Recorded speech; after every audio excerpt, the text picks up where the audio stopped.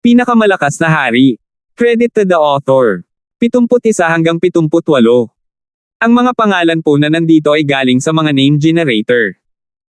Kaya kung meron man pagkakatulad sa mga pangalan ng totoong tao o lugar, ito ay tunay na hindi sinasadya. Baliw ka ba? Pugad iyon ng mga tulisan, tumakbo ka. Halos mabaliw si Frankie, puno ng galit ang kanyang mga mata at gusto niyang isumpa ang buong pamilya ni Francis. Ang 11 mabangis at nakamamatay na mga bandido ay hindi isang bagay na maihahambing ng mga kabataan. Ang 3 pang-6 na ranggo lamang ay magiging mahirap para sa kanila at marami pa ring magsasaka sa ika-4 at ika-5 ranggo. Kuya Francis, masyadong delikado. Hindi ka nagbibiro, di ba? Nagulat si Angelica sa pamamagitan ng mga engkwentro nila sa mga bandido, naunawaan nila ang kanilang nakamamatay na pamamaraan. Tumakbo. Umatras. Kaya pa natin ngayon. Parang nagliliyab ang puso ni Frankie. Kung sila ay matagpuan ng mga bandido, makakatanggap sila ng hindi maisip na tadhana. Lubhang mapatla ang mukha ni Angelica at hindi sinasadyang hinawakan ang kanyang kamay. Bakit mo kami dinala rito kung alam mong puno ng mga tulisan ang lugar na ito?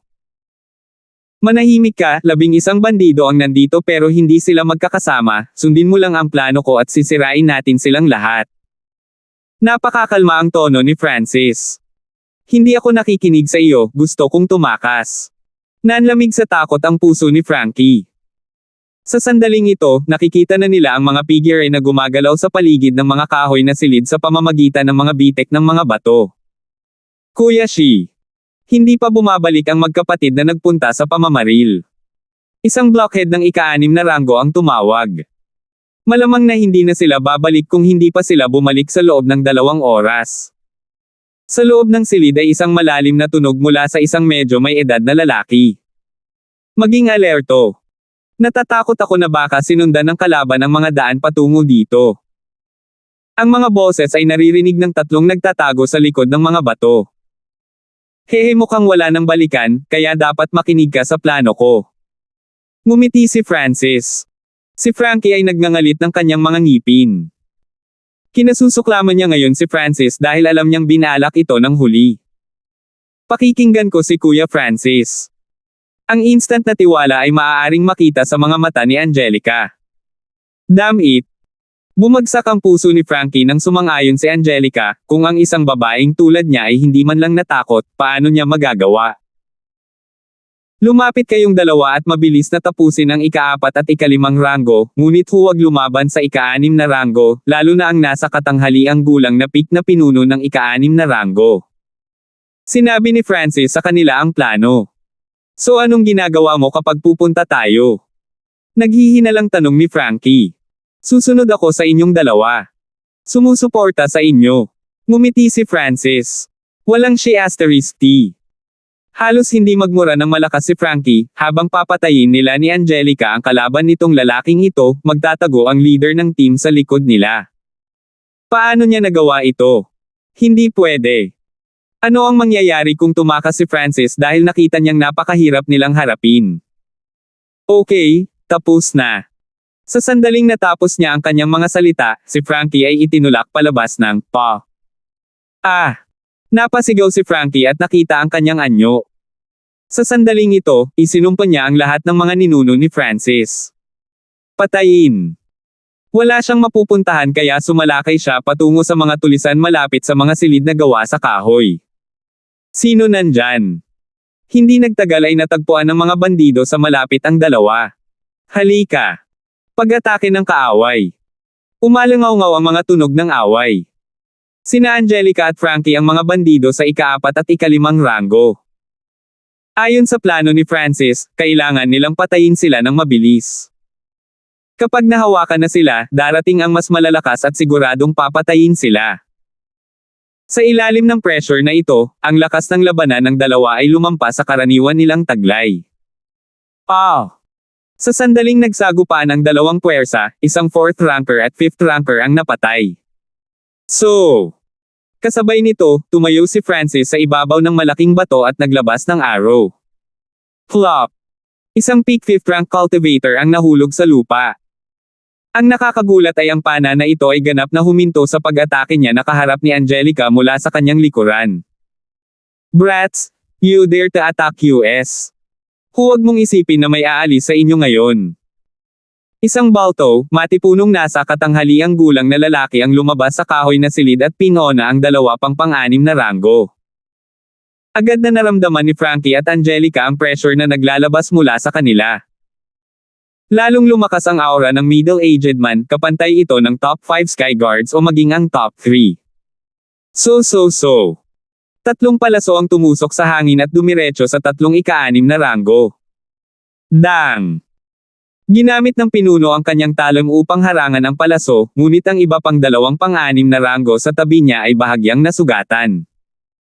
Ang Golden Stairs bow na ito ay talagang hindi masama. Nagamit ko lamang ang 70 hanggang 80% ng aking lakas at hindi ako naglagay ng anumang lakas ng panloob dito. Si Francis ay may malabong ngiti sa kanyang mukha. Sa bawat paglabas niya ng palaso, may babagsak na tulisan. Kasabay nito, kapwa sina Angelica at Frankie ay nasangkot sa isang mahirap na labanan ngunit si Francis ay umalalay sa kanila mula sa likuran, kaya hindi sila umabot sa isang desperado na estado. Ipaubaya ko ang batang lalaki at babae sa iyo, kukunin ko ang mamamana. Agad na nakita ng nasa edad na leader ng bandido na si Francis ang pinakabanta. Si Francis ay tuloy-tuloy na naglabas ng 3 arrow at muling ibinaril ang mga ito sa 3 ika-6 na ranggo. Dang! Dang! Dang! Ang 3 pang-6 na ranggo ay muling hinaranggan ang pag-atake ni Francis, ngunit binigyan nito ng oras sina Angelica at Frankie na huminga. Nang marating ng nasa katanghaliang lalaki si Francis, 4 hanggang 5 bandido na lang ang natitira. Sina Angelica at Frankie ay parehong nasa napakadelikadong sitwasyon. Tubig wave slash. Ang espada ng nangungunang bandido ay tila dagat habang ang mga alon ng kapangyarihan ay dumaan dito. Ang kanyang sword level ay halos umabot na sa max level at ang skill ay halos nasa peak rank din. Buksan. Ikinaway ni Francis ang kanyang golden hair bow na may dagdag na lakas mula sa kanyang metal wall technique. Dang! Pinaatras ng puwersa ng ilang hakbang ang middle-aged na bandido. Ang casual na pag-swipe ng Golden Stairs bow ay hindi lamang naglalaman ng kapangyarihan mula sa metal wall technique, mayroon din itong hindi masabi na aura na para bang naging isa ito sa kanyang paligid. Hehe. Magiliw na ngumiti si Francis, pagkatapos ay tumalon siya sa hangin at hinaila ang pisi ng kanyang pana. So, isang palaso ang dumiretso sa dibdib ng isang tulisan malapit sa mga kahoy na bahay. Kasabay nito, nagawang lutisin ng arrow ang desperadong sitwasyon na kinaroroonan nina Angelica at Frankie. Bagamat napatay ni Francis ang isa, nakaharap pa rin nina Angelica at Frankie ang 4 na bandido kabilang ang 2 sa ika-6 na ranggo. Tama na. Hindi na inisip ni Francis na tulungan pa ang 2 at hindi rin siya pinayagan ng middle-aged leader na gawin iyon. Dwiriring bituin. Bulalas ni Francis habang inilalayo ang pana at nakipagbakbakan ang nasa katanghaliang gulang na bandido. Ang lakas ng kalaban ay umabot na sa peak 6th rank at mayroon siyang unlimited hidden moves. Ang mga normal na pang-6 na ranggo ay maaaring hindi mablock kahit isang galaw niya.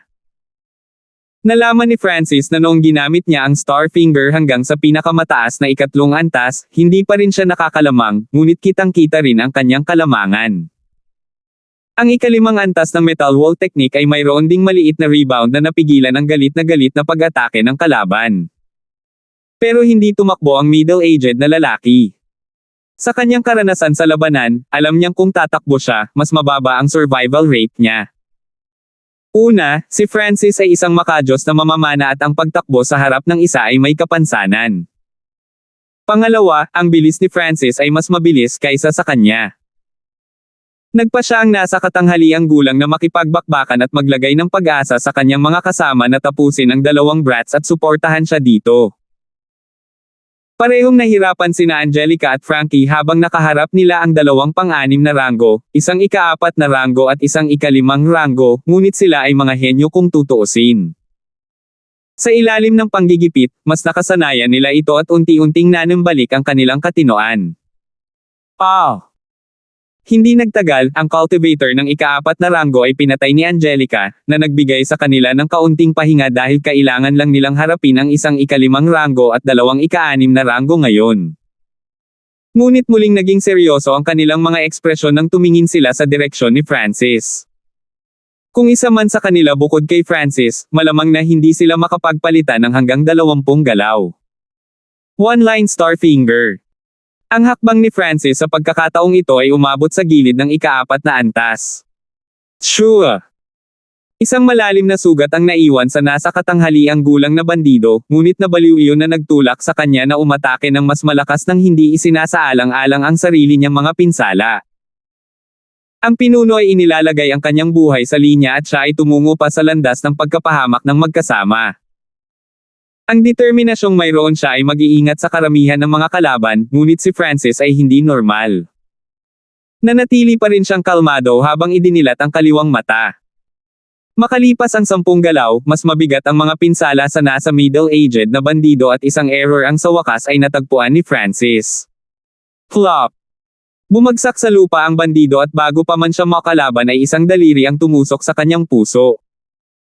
Ang mga bastard na ito ay may ilang mga kasanayan pa rin. Nagpakawala ng hininga si Francis. Ang labanan sa pagitan ni na Angelica at Frankie ay natapos din.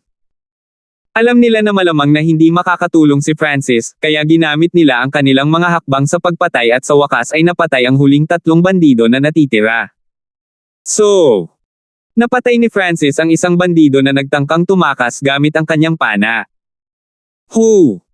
Frankie at Angelica ay nahulog sa lupa na pagod, ngunit ang saya at kaligayahan ay makikita sa kanilang mga mata. Naalis na ang pugad ng 11 bandido. Ang halos imposibleng misyon ay natapos na. Napatingin ang dalawa kay Francis na puno ng paghanga dahil alam nilang ito ang plano ni Francis at nagkaroon siya ng mahalagang papel sa pagsuporta sa kanila. Kasabay nito, sa likod ng isang bato ilang daang yarda ang layo, huminga ng malamig ang isang pilak na figurang nagtatago doon, ang 3 brats na ito ay bumagsak ng isang buong pugad. 6 sa 11 bandido, kabilang ang pinakamataas na pangkat na pang-6 na ranggo na mga bandido na pinatay ng kabataang nagngangalang Francis. 72. Matapos ang matinding laban, nanatili ang 3 sa iisang pwesto para magpahinga. Sina Angelica at Frankie ay parehong nakatanggap ng ilang pinsala, si Francis lamang ang nanatiling hindi nasaktan, na nagpaunawa sa 2 pa sa pagitan nila. Ang masikinagulat nila ay ginamit lamang ni Francis ang kapangyarihan ng mga unang yugto ng ika-6 na ranggo upang patayin ang nangungunang bandido at hindi ang pinakamataas na antas ng ika-6 na ranggo. Makikita na ang lakas ni Francis ay nasa quasi-martial master rank man lang. Nilinis ng 3 ang larangan ng digmaan at pagkatapos ay hinati ang mga battle point. Dahil pinatay ni Francis ang pinuno, hindi ito ang pangunahing pinuno, kaya nagkakahalaga lamang ito ng 5 battle point. May kabuuang 6 na napatay ni Francis, kasama nila ang 2 ika-4 na ranggo, 2 ika-5 ranggo at 2 ika-6 na ranggo. Idinagdag ang mga ito sa mga nauna, ang battle point ni Francis ay umabot na sa mahigit 20 puntos. At ayon sa mga alituntunin, ang 10 puntos ay maaaring ipagpalit para sa pinakamataas na ranggo ng martial art. Makalipas ang kalahating oras, dapat na tayong umalis, hindi magandang manatili dito ng matagal. Utos ni Francis dahil siya ang team captain. Oo. Agad na sumang-ayon sina Frankie at Angelica, lubos na silang nagtiwala kay Francis. Seng! Lalong bumilis ang 3 at hindi nagtagal, umalis na sila sa kanyan. Makalipas ang 2 oras pagkaalis ng 3. 3 itim na figure ang lumipad sa madilim na kalangitan at dumapo sa harap ng kahoy na silid. Pinuno, ang 11 lalaki kasama si Shiba daw ay namatay na ang kalahati sa kanila ay sumuko sa isang mamamana. Malamig at walang ekspresyon ang boses ng isa sa mga itim na anino. Sino ang nangahas na hawakan ng aking desolate destruction bandits? Ang isa sa mga figure ay dahan-daang itinaas ang kanyang palad at ang isang malakas na alon ng hangin ay napunit ang lahat sa isang radius na ilang metro. Naramdaman ng 2 itim na figure ang pressure, kahit na hindi sila mas mahina kaysa sa nasa katanghaliang gulang na lalaki na kamamatay lang. Hong! Kinawian ng malaking figure ang kanyang kamay at gumuho ang mga bahay sa harapan. Sa sandaling iyon, ang aura mula sa napakalaking figure ay kapantay ng mga high tier na nakamamatay na hayop. Lord Desolate. Tumalo ng puso ng dalawa pang quasi-martial masters. Alamin ang pumatay, ibabalik ko sa kanila ang ginawa nila sa aking mga tauhan ng 10 beses na mas malakas. Ang galit at malamig na boses ay umalangaw-ngaw sa hangin. Kasabay nito, ang mga mahiwagang kabataan, na nahati sa mga pangkat, ay kumitil sa buhay ng mga bandido. Lahat ng tao mula sa Sky Guards Battalion ay may matinding potensyal. Sa ilalim ng ganitong kapaligiran, mabilis silang lumakas ngunit may mga nasawi din. Bukod sa mga nasa 10 Sky Guards, 7 hanggang 8 pilak na figure ang sumanib sa gabi upang kalkulahin ang kabuoang battle point. Sa gabi, perpekto pa rin ang paningin ni Francis, ngunit kung isa sa alang-alang ang katotohanang pagod sina Bog Angelica at Frankie, nagpasya siyang huwag umatake. Nakahanap ang tatlo ng medyo ligtas na lugar kung saan nagpasya silang magpahinga na walang mga bandido sa paligid. Ang ikalawang araw. Ang pangkat ng tatlo ay muling nagsimulang maghanap ng mga bandido. Anong nangyayari dito? Bakit paunti-unti ng paunti ang mga bandido? Hindi nagtagal ay nakahanap ng problema si Francis. Matagal na silang nag-scout at imbes na makipagkita sa mga bandido, ibang team ang nakilala nila. Malalim na sinabi ni Frankie, siguro ay dahil ang Sky Guards Battalion ay pumatay ng napakaraming bandido kagabi at ang iba ay nagtago ng kanilang mga sarili. Si Francis ay tumango at nakitang napakalohikal ng kaisipang ito. Kung ang mga bandidong iyon ay nagtago sa kabundukan, mahirap na silang hanapin kahit kaliwang mata. Kailangan nating pumasok ng mas malalim. Nanguna pa rin si Francis. Kung minsan, tumatalon siya sa mga puno at sinusuri ang kanilang paligid. Biglaan. 10 milya ang layo, lumitaw ang isang kulay bahaghari na usok na nakatawag sa kanyang atensyon. Ito ang emergency signal mula sa ibang team. Bulalas ni Angelica. Pumunta sa rescue. Si Francis ang unang tumakbo patungo sa direksyon, ngunit nagbago ang kanyang ekspresyon nang imulat niya ang kanyang kaliwang mata. Ang grupong nasa panganib ay kay Algen. Ang 7 hanggang 8 kabataan ng Sky Guards Battalion ay napaliligiran ng grupo ng 15 bandido. Mayroong 2 itim na nakadamit na bandido na umabot sa quasi-martial master rank at 3 ikatlong rango, habang ang iba ay nasa ika-4 at ika-5. Sa sandaling ito, ang magkabilang panig ay nakikipaglaban sa isa't isa, ngunit ang mga kabataan ay hindi makasingil. Sa kabutihang palad, ang isang grupo ng 4 na nasa malapit ay tumakbo sa pagbibigay sa kanila ng kaunting pag-asa. Ngunit sa sandaling ito, 3 o 4 na bandidong mamamana na nagtatago sa kagubatan ang nagpaputok ng kanilang mga palaso. Ilan sa mga miyembro ng Sky Guards Battalion ang nasugatan. Ulap swaying feast. Pinilit ni Algen na pabolaikin ang mga bandido gamit ang kanyang peak-ranked martial art, na sinanay hanggang sa peak level. Ngunit hindi niya kayang patayin ang mga ito dahil ang isa sa mga quasi-martial masters ay pinapanatili siyang abala. Boss! May darating pang 3 brats. Isang mamamana na nagtatago sa kakahuyan ang nagsabi sa 2 itim na nakadamit na figure. Ang 3 dumating ay ang pangkat ni Francis. Sa kanyang kaliwang mata, sinuri ni Francis ang pinakamatuwid na daan at unti-unting pumikit. Nang nasa loob siya ng 100 yarda, biglang huminto si Francis at inilabas ang kanyang pana. Patuloy na hinailan ni Francis ang kanyang busog at perpektong binaril ang mga mamamana na nagtatago sa kakahuyan na nagbibigay ng oras sa koponan ni Algen upang makahinga. Patayin! Ang mga bandido at ang mga kabataan ay nakipaglaban. Sa pagsali ni Francis at ng iba pang koponan, unti-unting nagkaroon ng kalamangan ang panig ng Sky Guards Battalion. Ang mga kabataan ay naging mas matapang at mas matapang sa paglipas ng panahon. Isang grupo ng mga brats. Magtira kayong lahat. Isang malalim na malamig na boses ang umalangaw-ngaw mula sa kagubatan. Sure! Isang malaking pressure ang nagmula sa kabilang panig ng kagubatan, na nagpatalon sa puso ng mga kabataan. Ang may-ari ng boses ay bumungad sa isang lalaking may isang mata na nakasuot ng itim na balabal. Hindi maganda, isa itong martial master. Namutla ang mukha ni Algen habang kumikibot ang kanyang puso. Ang taong darating ay ang amo ng mga tulisan. Brat. Die. Lumipad ang lalaking may isang mata at hindi makahinga ang mga kabataan dahil sa kanyang aura. Binasag ng hangin Pom. Sa isang tunog na kasing lakas ng kulog, ang palad ay dumiretso kay Algen. Lahat, harangan mo. Bulalas ni Algen at nakipagsanib puwersa siya kay Ziwen para harangin ang pag-atake niya. Pang!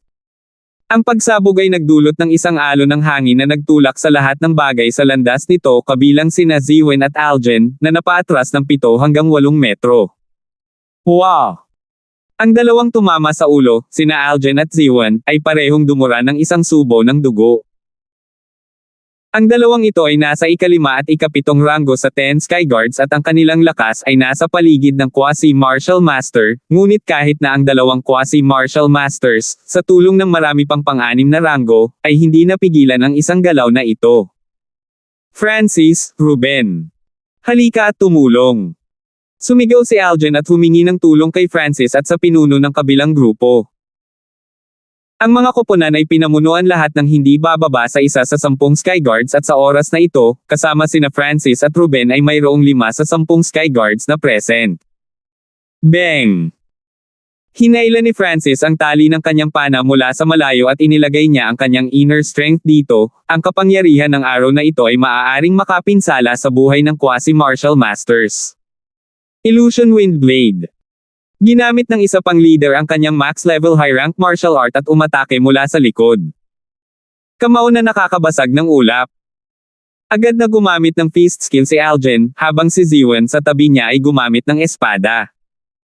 Ang pag-atake ng 5 dakilang henyo ay umabot sa lalaking may isang mata. Saan nanggaling ang mga henyong ito? Bulalas ng isang mata na lalaki at kasabay nito, inikot niya ang kanyang magulong lakas ng inner. Blang! Naputol ang arrow ni Francis. Dong dong dong. Ang lahat ng mga pag-atake ay naharang at muli, sila ay pinalipad. Anong lakas? Medyo nabigla si Francis. Maaaring ilabas ng isang martial master ang kanyang inner strength at gumawa ng mga long-range attack. Kung sino man sa kanila ang haharap sa isa ng mag-isa, maaaring mawalan sila ng buhay sa 2 galaw. Sa oras na ito, parehong sina Algen at Ziwen ay nakatanggap ng magaan na pinsala. Ang inner strength mula sa Martial Masters ng 7th rank ay maaaring tumama na parang kidlat at agad na gawing alabok ang mga nasa ika-4 at ika-5 ranggo. Si Francis lang ang hindi kailangang lumaban ng malapitang labanan habang paulit-ulit niyang hinihila ang kanyang busog at bawat palaso ay lilipad patungo sa pinakamaliit na kapintasan ng lalaking may isang mata. Ang buong lakas ng pagbaril ni Francis sa kanyang mga palaso ay nagbanta sa paggalaw ng isang bandido na may isang mata. Bastard! Mukhang ang pumatay sa mga tauhan ko sa kanya ay ikaw. Biglang lumingon ang isang mata na may intensyong pagpatay sa kanyang mga mata. So paano kung ako iyon? Malamig na tumawa si Francis. Patayin! Ang bandido ay hindi nag-abala sa mga pag-atake ng iba pang mga kabataan at dumiretso kay Francis. Tumalon si Francis sa takot at agad niyang pinaikot ang lightly floating ferry para makatakas. Huwag kang tumakbo. Lumapit at lumapit pa rin ang isang mata na lalaki dahil isa siyang martial master at sa makatuwid, mas mabilis siya. Nakakabasag na mountain palm. Ang palad ng martial master ay bumaril sa hangin at tumungo kay Francis. Kung ito ay isa pang cultivator na may parehong ranggo, ang inner strength lang ang maaaring pumatay sa kanya, ngunit si Francis ay hindi normal. Mahiwagang wind palm. Lumingon si Francis sa himpapawid at sa kanyang isipan, lumitaw ang larawan ng palad mula sa babaeng iyon. Huminga siya ng malalim nang may nabuong afterglow sa palad niya at saka malakas na nagbanggaan ang dalawa. 73. Boom! Ang figure ni Francis ay natangay ng hangin, ngunit gamit ang kapangyarihang ito, lumipad siya palabas sa saklaw ng ikalawang pag-atake ng lalaking may isang mata. Itong palad. Ang lalaking may isang mata ay tumigas saglit dahil pakiramdam niya ay hiniwa at nawasak ang kanyang puwersa.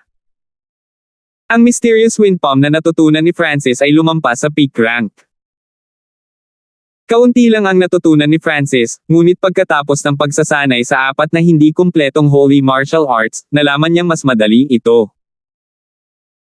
Sa mga tuntunin ng kapangyarihan lamang, ang Mysterious Wind Palm ay hindi mas malakas kaysa sa Starfinger, ngunit pinigilan nito ang iba pang mga kasanayan sa mga tuntunin ng kalaliman at idinagdag sa katotohanan na naabot niya ang ikalimang antas ng Metal Wall Technique na gawa niyang umatras ng ligtas. Ang pagganap ni Francis ay nakakuha ng palakpakan mula sa iba pang mga henyo. Ang makakuha ng tama mula sa isang martial master at maka-atres ng hindi nasaktan ay isang magandang gawa. Hindi ka makakatakas anak, 60% lang ng lakas ko ang ginamit ko noon. Umalangaw mula sa likuran ng boses ng isang bandidong may isang mata. Ngunit hindi nag-iisa si Francis, may iba pa mula sa 10 Sky Guards na tumulong at hindi nagtagal, nabuo ang isang agwat sa pagitan ng dalawa na nagbigay daan kay Francis na hilahin muli ang kanyang pana. Sa pagkakataong ito, ginamit ni Francis ang kanyang Archerice God's Left Eye skill, na ginawang ganap na bumulong ang mga araw patungo sa leader ng bandido. Ano ba? Nalaman ng bandido na may isang mata na ang mga palaso ay umindayog sa hangin at nabasag ang pinakamahinang bahagi ng kanyang mga depensa. Sure! Ang isa sa mga palaso ay nag-iwan ng malalim na sugat sa kanyang balikat. Ang eksenang ito ay nagpabuti ng moral ng Sky Guards Battalion. Ang lalaking iyon ay isang mamamana. Algen at kasamahan niya. Huminto sandali, pagkatapos ay ipinagpatuloy nila ang kanilang pag-atake. Seng!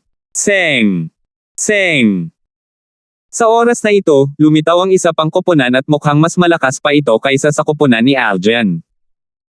Ito ang koponan ni Conrad. Kahit medyo malayo sila, makikita pa rin ang kalbo na pilak na figure. Si Conrad ay pumangalawa sa 10 Sky Guards at halos naabot na niya ang ikapitong ranggo. Umalis. Agad namang nag-utos ang leader ng bandido.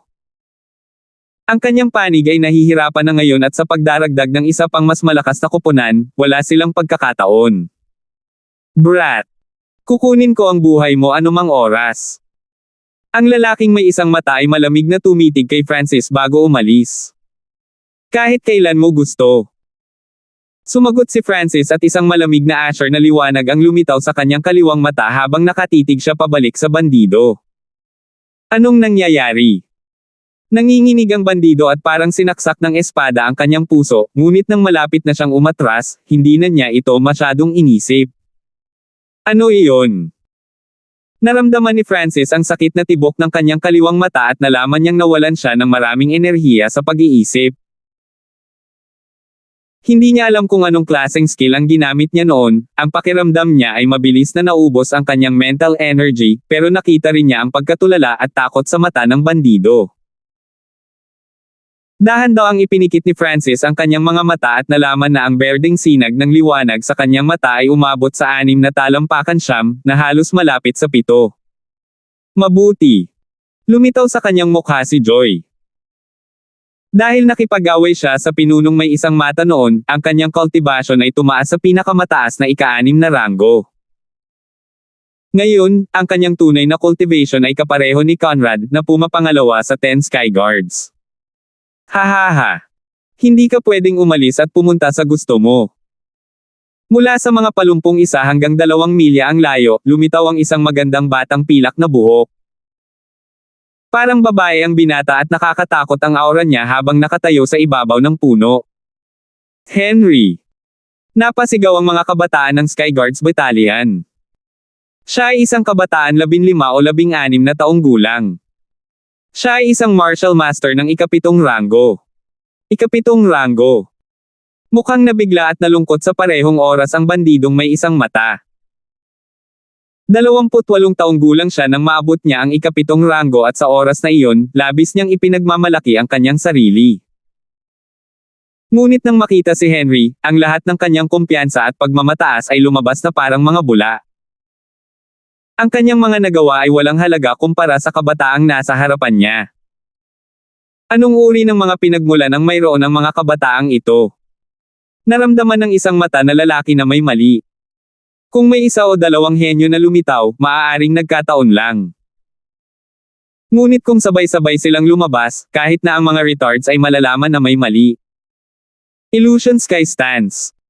Isang silver glow ang nagmula sa katawan ni Henry at sa isang iglap, nagpakita siya sa harap ng bandido. Ang bilis ay gumawa ng puso ng boss ng mga bandidong pag-iling dahil ang kasanayang ito ay isang tunay na holy martial art kahit na hindi pa ito ganap na natutunan. Nakakabasag ng mountain palm.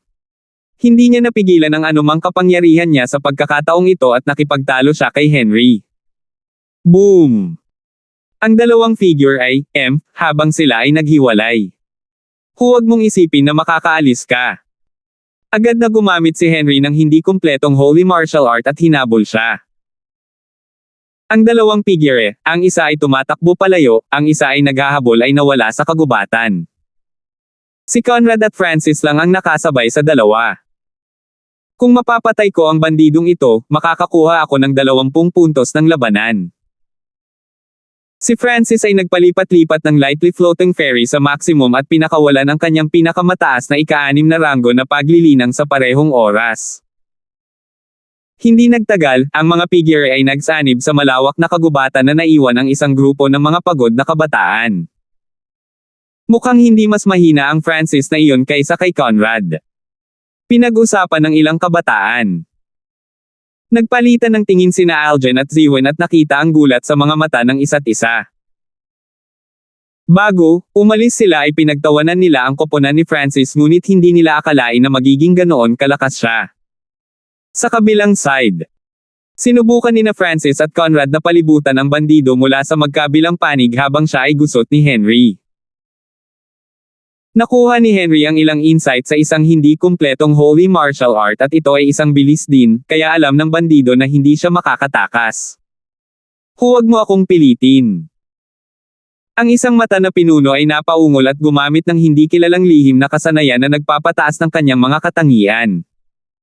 Breaking Mountain Unlimited. Sumabog ang pinuno, at nagpakawala ng pinakamalakas na pag-atake na mayroon siya na nakipagsagupaan ng husto kay Henry. Deng! Nanginginig ang katawan ni Henry at bumagsak sa lupa 10 metro ang layo na may dugong tumutulo mula sa kanyang bibig. Mamatay! Hinawakan ng bandido ang dugo sa kanyang bibig pababa at inatake si Henry. Hindi maganda. Bulalas ng pilak na figure na nagtatago sa kagubatan. Shuash! Biglang, isang malabong asher na palaso ang tumago sa kalasag ng inner strength ng mga bandido at tumago sa kanyang binti. Arg! Napasigaw ang isang mata na bandido at muntik nang mahulog mula sa langit. Ang arrow ay tumama sa isang acupuncture point sa kanyang binti at kung hindi dahil sa kanyang siksik na inner strength, maaaring maparalisa ng arrow na ito ang kanyang buong ibabang bahagi ng katawan. F***King B** starred. Pumitik sa ere ang bandido at nagpas siyang tumakas. Ang arrow na kakashoot ni Francis ay naglalaman ng kanyang archery god's left eye skill, hindi lang nito niresolba ang sitwasyon ni Henry, pinilit din nitong tumakas ang isang may isang mata na leader ng bandido. Mag-ingat ka! Sumulyap si Henry kina Francis at Conrad pagkatapos ay umupo at nagsimulang gumaling. Malapit na. Si Francis at Conrad lamang ang nakaharap sa bandido, ngunit ang bilis ng huli ay napakabilis. Bagamat ito ang nangyari, malinaw na nakikita ni Francis na ang kaaway ay nasa bingit ng pagkatalo, nakita ng kanyang kaliwang mata ang sitwasyon sa loob ng katawan ng bandido. Nasira ang kanyang mga ugat at organo dahil sa paggamit ng kanyang lihim na pamamaraan. F***, masyadong persegido ang mga brats na ito. Nagtadyas ang ngipin ng bandidong may isang mata. Bagamat mabilis ang kanyang takbo at alam niya ang paligid, hindi niya maalis-alis si Francis. Sa kabilang banda, si Francis ay palapit ng palapit. Kung ganoon nga. Isang mapanganib na liwanag ang bumungad sa mga mata ng lalaking may isang mata nang huminga ito ng malalim at kumain ng tableta habang nakaupo. Pagkaraan ng 10 paghinga, lumitaw si Francis ng 200 hanggang 300 metro sa labas. Hinailan ni Francis ang kanyang golden stairs bow at ginamit ang kanyang archery god's left eye skill. Ang kanyang archery god's left eye skill ay maaaring magbanta sa martial masters ng ika-7 ranggo habang siya ay nasa ika-6 lamang. Mamatay ka na, kuya. Pilit na pinigilan ng bandido ang kanyang mga sugat habang pinuputol niya ang mga arrow at tinutukan si Francis. So. Patuloy na hinaila ni Francis ang kanyang busog at nagpaputok ng 3 palaso na tila 3 tama ng kidlat. Higit pa rito, ang 3 arrow ay naglakbay lahat sa iba't ibang landas at patungo sa iba't ibang lokasyon at iba't ibang oras. Mamatay. Pinutol ng bandido ang unang arrow, iniwasan ang pangalawa at malapit na siya ngayon kay Francis. Shoo! Ang huling palaso ay dumaan sa kanyang balikat, saglit lang siyang napahinto nito. Isang ngiti ng tagumpay ang lumitaw sa mukha ng bandido. Hanggat malapit siya kay Francis, buo ang tiwala niya na kaya niyang ibagsak ito sa maikling panahon. One-line Starfinger. Ang binata sa kanyang paningin ay sumugod sa halip na umatras at biglang, naglabas siya ng makapal na malakas na aura. Sa sandaling iyon, ang pinakamataas na aura ng ika-6 na ranggo ni Francis ay ganap na pinakawalan. Sure! Ang berdeng linya ay parang isang string habang ito ay gumagapang sa buong gabi na parang bulalakaw. Nalampasan nito ang mga limitasyon ng ika-6 na ranggo dahil naabot ng Starfinger ang mga huling yugto ng ika-4 na antas. Umaagos na tindig ng hangin. Pinagsanib ni Francis ang kanyang kakayahan sa hangin na nagpabilis ng kasanayan. Nang ngumiti ang bandido, nakita ito ng kanyang mata at nakontra. Shoo! Isang Asher Light ang tumama sa noo ng bandidong may isang mata. Plume! Naninigas ang katawan ng bandido nang may lumabas na dugo sa gitna ng kanyang noo. Puno pa rin ng gulat at takot ang kanyang mga mata, ngunit ang liwanag sa kanyang mata ay nagsimulang lumabo. 74. Flop! Bumagsak ang isang mata na bandido sa lupa, huminto ang kanyang paghinga bago siya umabot sa lupa. Kasabay nito, si Francis ay lumapag din sa lupa. Hu! Dahan-dahan siyang nagpakawala ng hininga at isang malabong asher na liwanag ang nawala sa kaliwang mata niya. Nang patayin niya ang lalaking may isang mata, ang kanyang kaliwang mata ay na-activate na hanggang sa ganap na potensyal nito at ang flowing wind stance ay sumanib sa kanyang daliri, na ginawang maihahambing ang lakas nito sa martial masters. Ito ang pinakamalakas na pag-atake ni Francis. Hindi akalain ng boss ng mga bandido na ang Starfinger ni Francis ay aabot sa ika-4 na antas at maaari itong umatake sa himpapawid. Ang mga kakayahan ng kanyang kaliwang mata ay nakuha rin ang mga kapintasan ng kaaway at sa ilalim ng kalamangan na ito, nasaksak niya ang noo ng kanyang kalaban. Matapos siyang patayin, kinalas ni Francis ang mga bagay.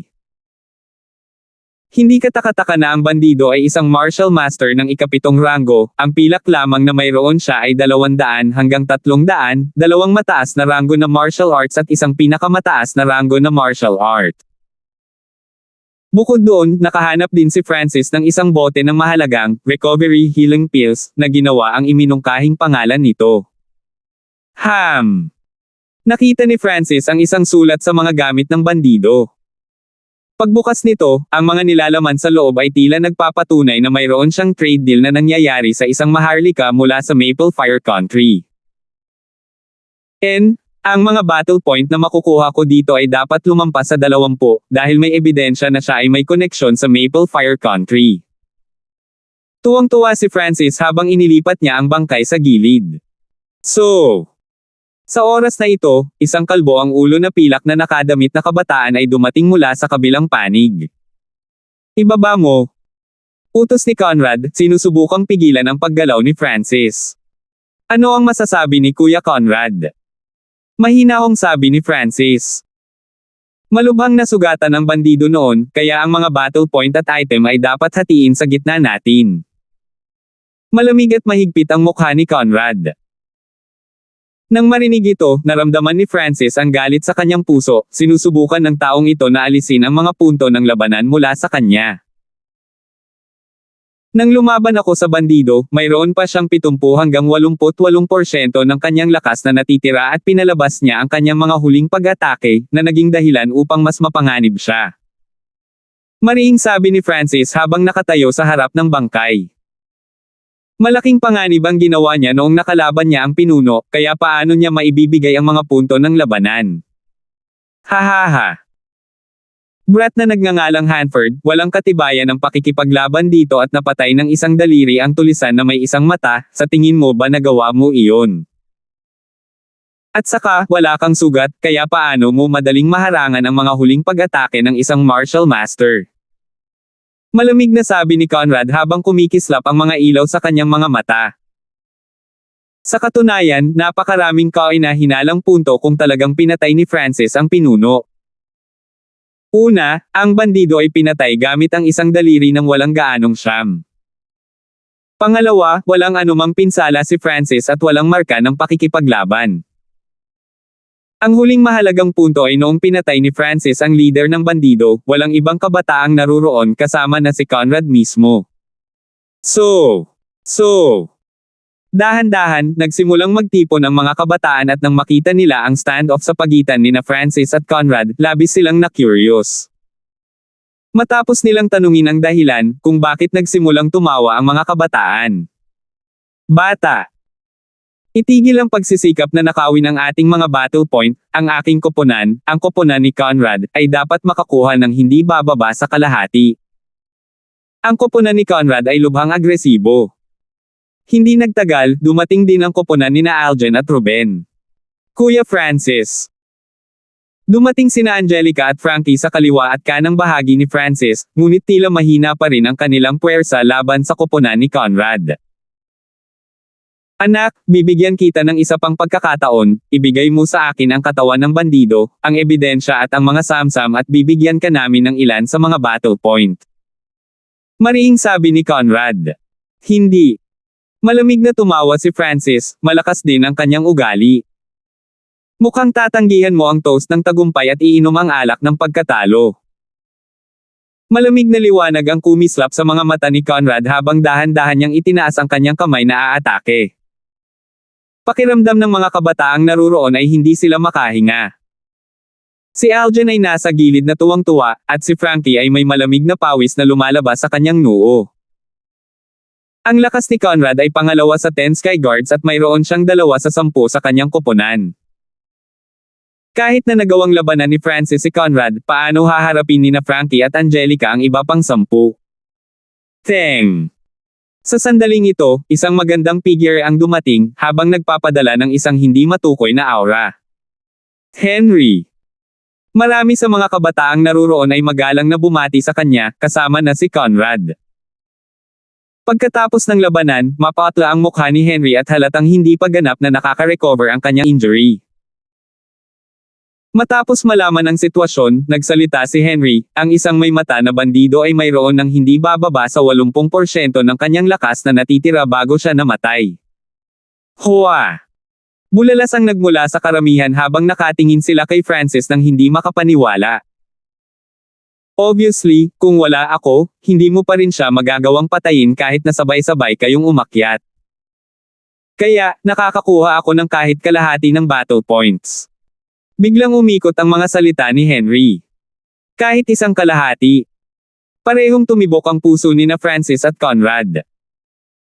Si Henry ay talagang naglagay ng maraming pagsisikap upang masugitan ang isang mata na bandido, sina Conrad at Francis ay parehong walang masabi.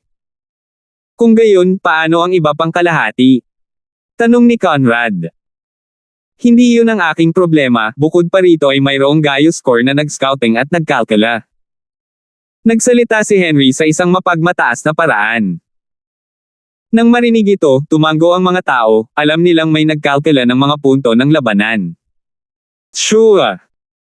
Sa oras na ito, isang figure ang nagmula sa mga puno sa hindi kalayuan, ang kanyang bilis ay 2 beses na mas mabilis kaysa sa pinuno ng bandido.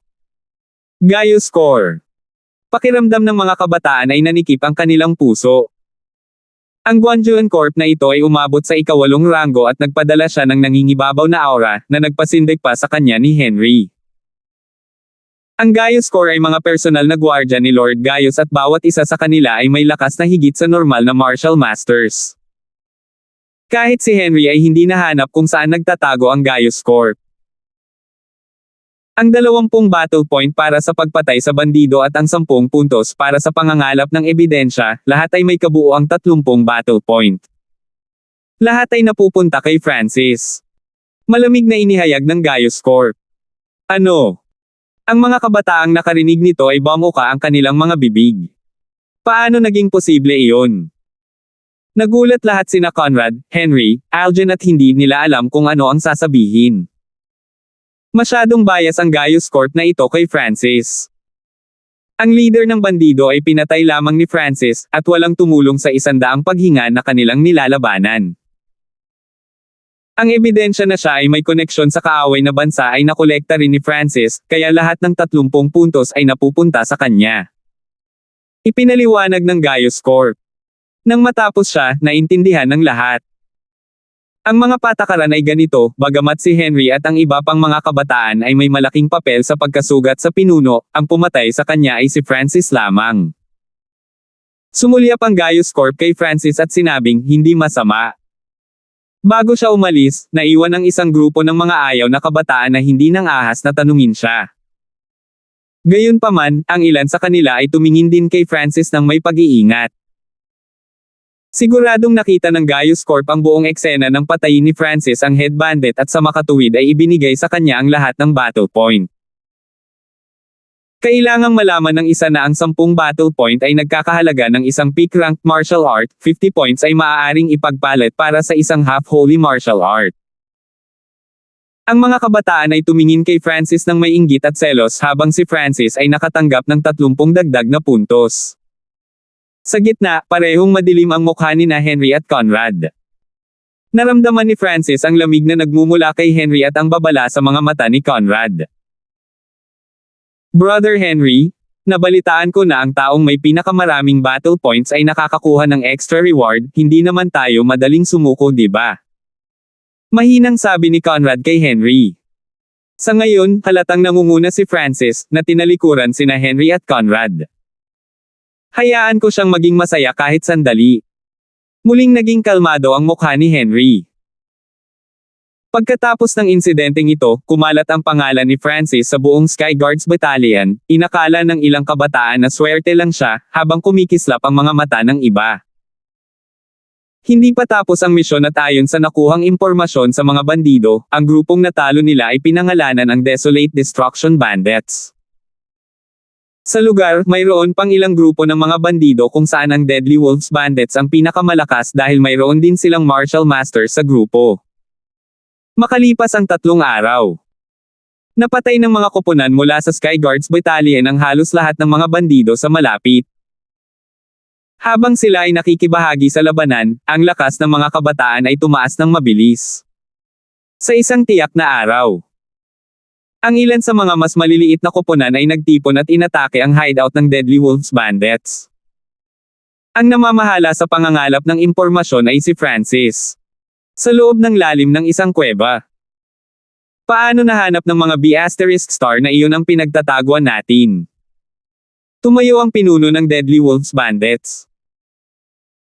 Kailangang malaman ng isa na ang pinagtataguan ng Deadly Wolves Bandits ay nakakabaliw na ligtas, kahit na alam ng isa ang lugar kung saan ito matatagpuan, ang landas ay lubhang mapanganib at komplikado at mahirap sundan. Ang mga bandido sa hideout ay nagulo dahil ang Desolate Destruction Bandits ay minasacre ng mga misteryosong kabataang iyon. Patayin. Ang mga grupo ng Sky Guards Battalion ay sumalakay. Sabihin sa lahat ng ating mga kapatid na umatras. Naisip ng Deadly Wolves leader ang misteryosong background na mayroon ng mga kabataan at agad niyang ginawa ang kanyang desisyon.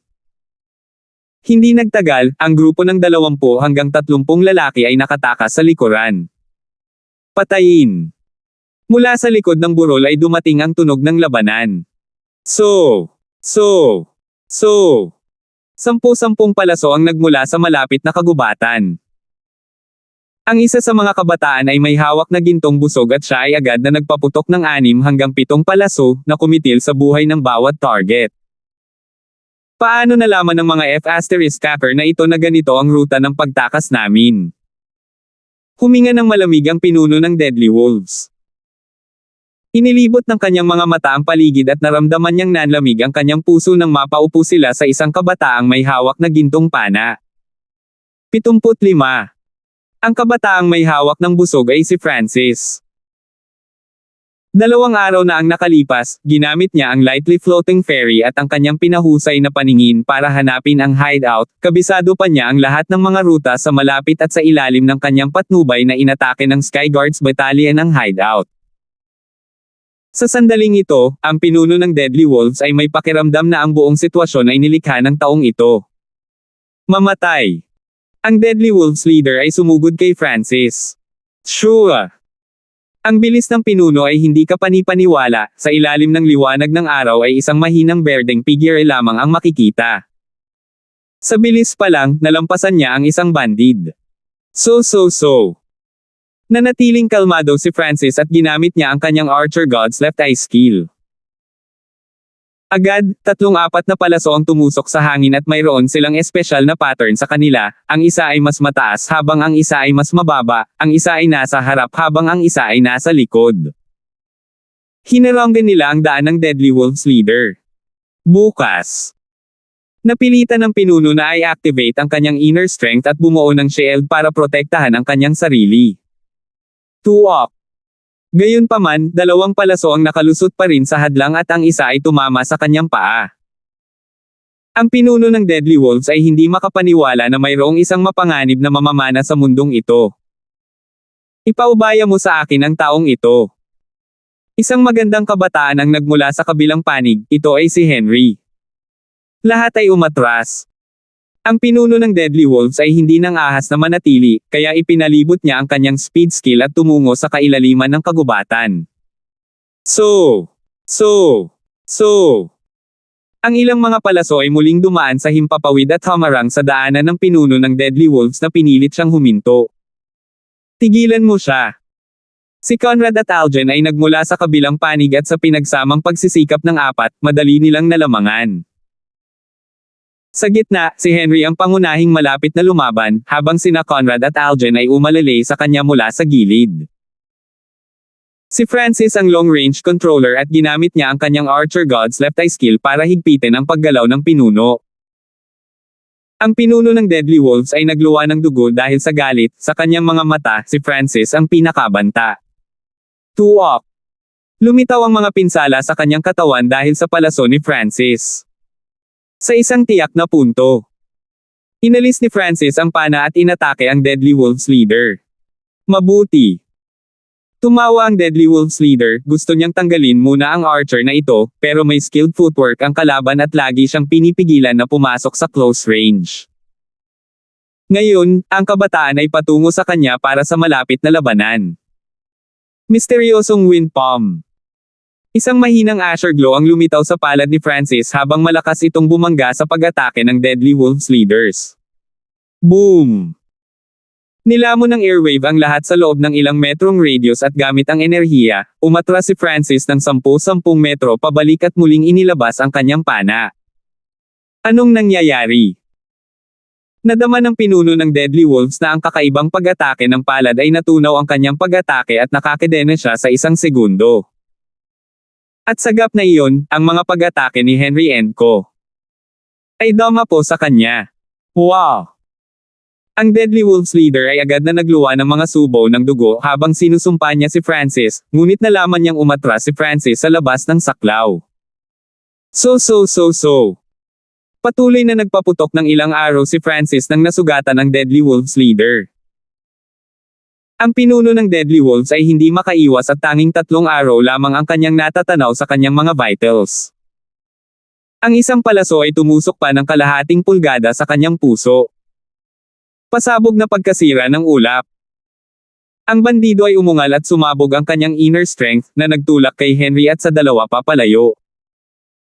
Pagkatapos, tumungo siya sa direksyon ng Skycloud Forest. Sundan. Si Henry at ang iba ay halatang hindi sumuko, ang bandido ay malubhang nasugatan at ito ay isang magandang pagkakataon upang makakuha ng mga battle point. Kailangan kong patayin ang taong ito para malampasan si Francis sa mga battle point. Pareho ang ideya ng 3. Hanggang ngayon, si Francis ang nangunguna at ang tanging pagkakataon para talunin siya ay patayin ang Deadly Wolves leader. Sa mga tuntunin ng bilis, si Henry ang pinakamabilis, habang si Francis ay pangalawa. Anong klaseng lalaki siya? Isa siyang halimaw. Nagkatinginan sina Conrad at Algen at nakita ang gulat sa mga mata ng isa't isa. Ang aura na inilalabas ni Francis ay umabot na rin sa pinakamataas na ika-6 na ranggo. Hindi nagtagal, nakapasok na ang 4 na henyo sa walang limitasyong Sky Cloud Forest. Ang lugar ng bandido ay matatagpuan malapit sa Sky Cloud Forest, kaya hindi na nagulat ang 4 na tatakas ang Deadly Wolves leader sa direksyong ito. Dahil isinilang malapit dito at ilang beses nang nakapunta rito, naiintindihan ng mabuti ni Francis ang tanawin. Hindi nagtagal, si Francis ang nangunguna habang ang kanyang kaliwang mata ay nakalock sa figure.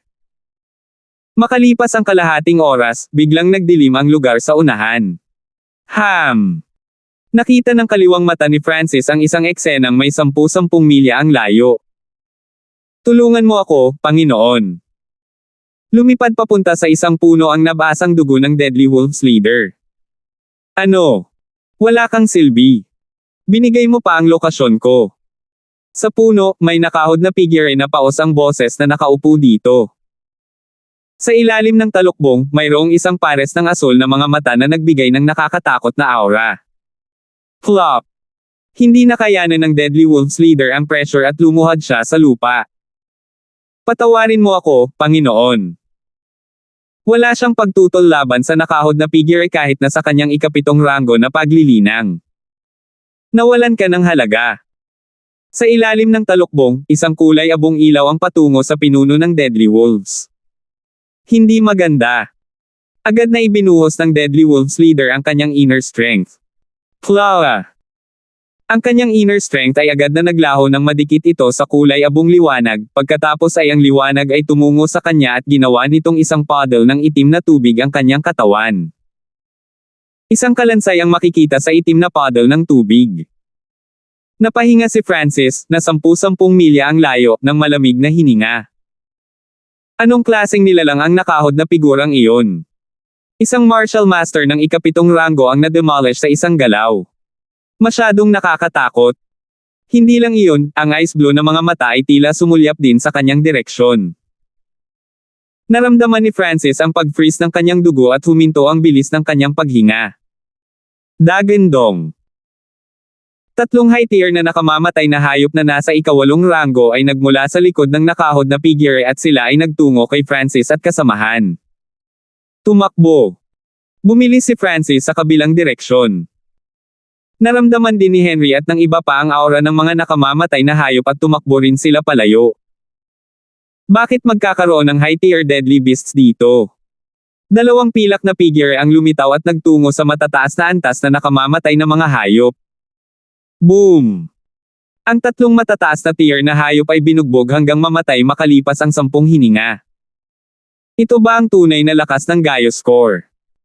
Nakita ni Francis ang buong eksena, hindi napigil ang iklik ang kanyang dila. Anong uri ng kapangyarihan ang pagtunaw ng isang martial master sa isang pool ng tubig? Nang makita ng Gaius Core ang nangyari, lahat sila ay nakahinga ng maluwag ngunit ang nakahod na figure ay nawala. Si Francis at ang 3 pa ay nagpakawala ng hininga nang lumabas sila sa Sky Cloud Forest. Nagtataka ako kung ang pinuno ng Deadly Wolves ay patay o buhay. Algen at Conrad ay ayaw. Sa oras na ito, lumipad ang isa sa mga Gaius Core. May pagbabago sa mga plano, ang misyon ay nagtatapos ngayon. Kinakabahan ang boses ng guard. Anong nangyari? Bakit biglang matatapos ang misyon? Si Henry at ang iba ay curious. Ayon sa kanilang pagkakaalam, may natitira pang bandido sa lugar. Huwag kang magtanong ng anuman. Babalik ang lahat sa Gaius Province City. Seryoso ang ekspresyon ng guard. Si Francis lang ang nag-iisip na ang biglaang pagbabago ay may kinalaman sa nakahod na figure. Ang kapangyarihan ng nakahod na figure ay lumampas sa mga limitasyon ng katawan ng tao. Sa parehong araw. Sa ilalim ng patnubay ng 7 hanggang 8 Gaius Core, bumalik ang Sky Guards Battalion sa pinanggalingan nila. Matapos umalis sa bandit zone, nagpakawala ng hininga ang Gaius Core. Ngunit kahit papaano, tila naramdaman ni Francis na sinusundan sila ng isang pares ng ice blue na mata. Sa loob ng sukat ng kanyang kaliwang mata, muling lumitaw ang ice blue na mga mata. Pagkalipas ng ilang araw, bumalik ang mga henyo sa Gaius Province City at hanggang noon lang nawala ang pakiramdam na tinitiktikan. Ang lungsod ng lalawigan ng Gaius ay nasa ilalim ng kontrol ni Lord Gaius, ang mga paksayon ay dapat na may ilang pag-iingat sa kanya. Sa loob ng Sky Guards Battalion, kinalkula ng 3rd Guard ang kabuoang battle points. Henry, 45 battle points. Conrad, 32 battle points.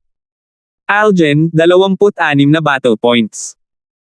Ang mga puntos na iginawad sa 10 Sky Guards ay binasa sa pagkakasunod-sunod. Karamihan sa kanila ay nasa 20 o higit pa. Sa wakas, si Francis na. Francis, 72 battle points.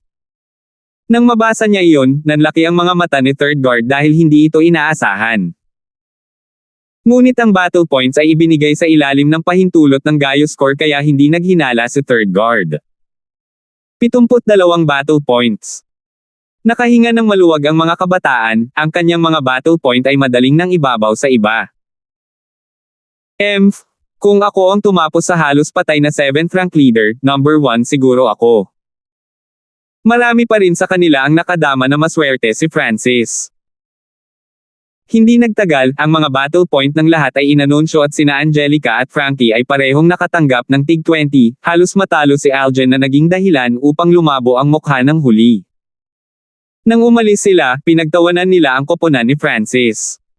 Pero parang sampal ang eksenang ito. Francis, bilang taong may pinakamataas na battle point, makakakuha ka ng dagdag na reward. Pinalayas ng 3rd Guard ang lahat maliban kay Francis. 76. Isang dagdag na gantimpala. Tumaas ang bilis ng paghinga ni Francis, maaari ko bang tanungin ang 3rd Guard kung ano ang gantimpala? Ang unang pagpipilian ay dagdag na 100 battle point at ang pangalawa ay ang lahat ng iyong battle point ay na-clear, ngunit makakakuha ka ng isang Holy Martial Art. Sabi ng lalaki. 100 battle points. Ano? Holy Martial Art. Ang unang pagpipilian ay maaaring magbigay kay Francis ng higit pang mga item dahil ang 10 puntos ay maaari nang ipagpalit para sa isang peak-ranked martial art. Ngunit ang pangalawang pagpipilian ay isang Holy Martial Art.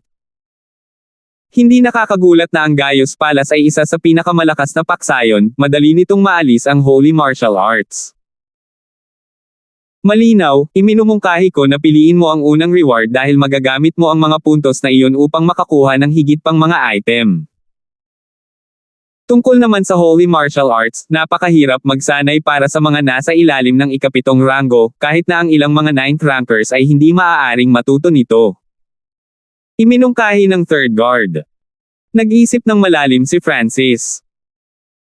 Ang lalaking ito sa kanyang harapan ay nasa ikatlong pwesto sa mga Gaius Core at isa siya sa mga kanang kamay ni Lord Gaius, kaya ang kanyang mga paghatol ay karaniwang lohikal. Kung pipiliin niya ang unang pagpipilian, maaaring makakuha si Francis ng isa pang 100 battle point at ipagpalit ito para sa isang half Holy Martial Art at ilang cultivation resources, samantalang ang lahat ng kanyang battle point ay mapapawi kung pipiliin niya ang pangalawang pagpipilian. Malaking panganib ang kailangan niyang harapin kung pipiliin niya ang Holy Martial Art dahil masasayang lang ito kung hindi niya ito sanayin. Logically thinking, the first choice is better but it was a Holy Martial Art. Isang pagkakataon na malampasan ang martial path at makapasok sa maalamat na Holy Martial Path. Huminga ng malalim si Francis, nahihirapan siyang magdesisyon. Oo, nakalimutan kong sabihin sa iyo na isa sa mga patakaran ng Gaius Palace ay nagsasaad na ang mga nasa ilalim ng ikapitong ranggo ay hindi maaaring pumili ng isang Holy Martial Art. Maaari kitang bigyan ng 7 araw pa para magdesisyon. Biglang idinagdag ng Gaius Corp. Ikapitong ranggo ng Martial Path. Tumango si Francis, hayaan ang Diyos na magdesisyon. Sa pamamagitan ng misyon, ang kanyang paglilinang ay umabot sa pinakamataas na ika-6 na ranggo. 7 araw. Kung makapasok siya sa ikapitong ranggo, pipiliin ni Francis ang pangalawang pagpipilian. Kung hindi niya kaya, kung gayon maaari niyang piliin ang una. Pagkatapos gumawa ng kanyang desisyon, mabilis na bumalik si Francis sa kanyang kahoy na silid. Pagkatapos ng misyon, ang walang limitasyong mga kabataan ay pumunta sa Treasury Hall upang ipagpalit ang kanilang mga battle point para sa martial arts, resources at armas. Si Francis lamang ang nananatili sa loob ng kanyang kahoy na silid. Noong hapon ng araw na iyon, bumalik sina Angelica at Frankie na puno ng kagalakan. Si Angelica ay pumili ng pinakamataas na ranggo ng martial art at maraming cultivation resources. Parehong ipinagpalit ni Henry at Conrad ang karamihan sa kanilang mga puntos para sa mga mapagkukunan ng paglilinang, habang ipinagpalit ni Conrad ang lahat ng kanyang mga puntos para sa mga mapagkukunan at mga table tasks. Hahaha! Ang pambihirang 1,000-year firegrass at blood strength pill na ito ay tutulong sa akin na makapasok sa ikapitong ranggo. Tiyak na magtatagumpay ako sa pagkakataong ito. Naka-cross-legged si Conrad sa kanyang kwartong gawa sa kahoy na puno ng pananabik ang kanyang mukha. Ang libong taong sunog na damo ay mas mahalaga kaysa sa iba pang libong taon na mga halaman dahil naglalaman ito ng mas maraming enerhiya kaysa sa iba. Ang tabletang pampalakas ng dugo ay tumulong sa pagkondense at paglilinis ng lakas ng panloob ng isang tao at nagbigay ito ng tiyak na halaga ng tulong sa isang taong sumusubok na makapasok sa ikapitong ranggo. Mula sa araw na ito, ang mga kabataan ng Sky Guards Battalion ay nagsimulang maglinang. Nang gabing iyon lamang, maraming kabataan ang umabot sa ika-5 at ika-6 na ranggo. Ang ikalawang araw, ang ikatlong araw. Ang ilan sa mga kabataan ay bumuti ng husto. Sa ikatlong araw, isang malakas na aura ang naalis mula sa silid ni Conrad na nagpabuntong hininga sa mga kabataan ng Sky Guards Battalion. Oh my God! Naabot na ba ni Conrad ang ikapitong ranggo? Nagbago ang ekspresyon ng mga kabataan. Kasabay nito, nagkaroon ng kaguluhan sa iba pang mga silid na gawa sa kahoy. Ang ika-4 na araw, ang ika-5 araw. Kabataan pagkatapos ng kabataan ay lumabas sa paglilinang. Si Brother Lay ay 17 taong gulang lamang at nasa ikapitong ranggo na, talagang isang henyo. Haha! Hindi ko na kailangan pang tingnan ang mukha ni Henry, kaya ko na ang lahat ng gusto ko. Naglakad si Conrad at naramdaman ang pag-iingat at paggalang sa mga mata ng mga kalapit na kabataan. Sa pagkakataong ito ay lumapit si Algen, binabati kita kay Brother Lay sa pagpasok sa ranggo ng Martial Master. Gumawa rin si Algen ng ilang mga pagpapahusay, naabot na niya ang pinakamataas na ika-6 na ranggo, isang hakbang lang ang layo mula sa ika-7. Nagpapalitan ng ilang salita, hinailan ni Algen si Conrad sa gilid at sinabi ang isang bagay sa mababang tono. Oh! Iniskan ni Conrad ang ika-10 silid na gawa sa kahoy pagkatapos niyang marinig ito. Si Francis ay nanatili sa kanyang silid mula nang sila ay bumalik mula sa misyon at walang nakakaalam kung ano ang kanyang natanggap. Tanging sina Angelica at Frankie lamang ang nakakaalam na si Francis ay hindi pumunta sa Treasury Hall para kumuha ng kahit ano. Anong ginagawa niya? Kahit na siya ay magtanim, hindi ba mas madali kung ipagpalit niya ang ilan sa kanyang mga battle point para sa mga mapagkukunan o mga table tasks? Sa sandaling ito, nakaupo si Francis sa sahig habang ang inner strength sa loob ng kanyang katawan ay dumadaloy sa kanyang katawan. Habang siya ay humihinga, mas malakas pa kaysa dati ang aura na kanyang pinakawalan. Ilang araw na ang nakalipas, kinain niya ang huling 1,000 taong gulang na halaman at naramdaman na ang kanyang lakas sa panloob ay nalinis, ngunit hindi matagumpay na naabot ni Francis ang ika-7 ranggo, sa halip ay kalahating hakbang na lang ang layo niya. Mukhang malabong maabot ko ang ika-7 ranggo sa susunod na 2 araw. Napabuntong hininga si Francis. Ang pagkakaiba sa pagitan ng ika-6 at ika-7 ranggo ay napakalaki, kaya maraming mga magsasaka ang nanatili sa pinakamataas na ika-6 na ranggo at hindi kailanman nakapasok sa ika-7. Francis! Lumabas ka at tanggapin ang hamon ko. Sa labas ng kwarto, may sumigaw. Lumabas si Francis sa kanyang silid at napagtantong mayroong isang grupo ng mga tao na nagkukumpulan. Ang hamon ay nagmula sa isang kabataan ng pinakamataas na ika-6 na ranggo. Upang makatanggap ng mas mahusay na pagtrato sa 10 Sky Guards, ang isa ay kailangang maging isa sa 10 Sky Guards. Fine, mag-eehersisyo ako.